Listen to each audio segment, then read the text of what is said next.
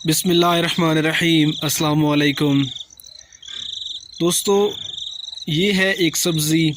इसका नाम आपने गेस करना है कि इसका नाम क्या है और आपकी ज़बान में इसको क्या बोलते हैं। चलो मैं आपको बता ही देता हूँ कि इसको क्या कहते हैं। आपको यहाँ करीब से मैं दिखाता हूँ। ये देखिए ना, ये ऐसे मटर होता है ना, इस तरह ये इसकी, ये देखें ना, ये मटर की तरह बिल्कुल है। तो ये है बेसिकली मूली का ये पौधा है। तो अभी ये बड़ा हो गया है।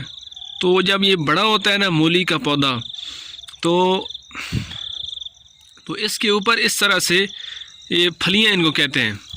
इनको हमारी ज़बान में मोंगरे कहते हैं। तो ये ऊपर लग जाते हैं। इसका बीज ही बनाया जाता है और इसका सालन ही बनाया जाता है। तो अभी मैं इसको तोड़ लेता हूँ और अभी हम इसका सालन बनाने जा रहे हैं। तो चलिए इसको तोड़ते हैं। बिस्मिल्लाहिर्रहमानिर्रहीम।